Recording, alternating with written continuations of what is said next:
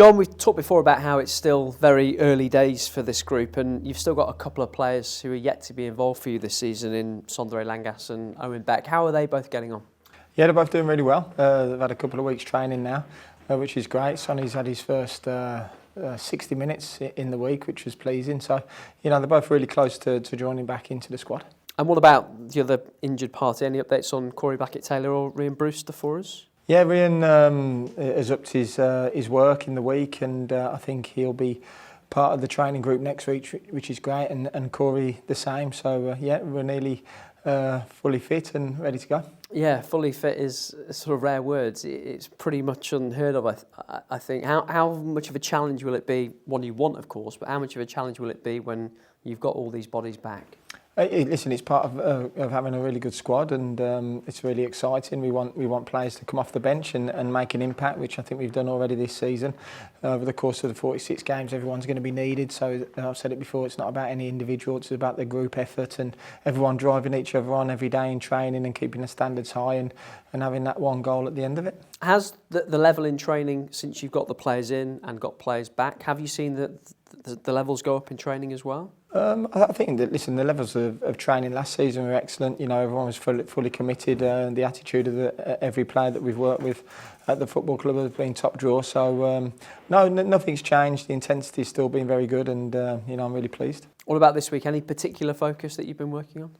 No, nothing in particular. Obviously, it's important that we get back to clean sheets. We had our first clean sheet last week, so we've been working on that side of it. It's our first game of the season, I think, that we didn't score in as well, so we've been doing a lot of attacking work as well. So, it's been a really good balance this week. Off to Wrexham this weekend, Derby's first visit for 43 years. What have you made of what they've managed to achieve over the last few years as a football club? Yeah, it's been brilliant. It's a really exciting project there, and they've done terrific, and they've adjusted quite well to the Championship already. So we know it's going to be a really difficult game. They've spent a lot of money, brought in a lot of top quality Championship players as well. So a really exciting game for us, and we're really looking forward to it. Not just them who've adjusted well. When you look at the other promoted sides, Birmingham and Charlton have made good starts too. Is there an argument that this is maybe the most competitive the Championship's ever been?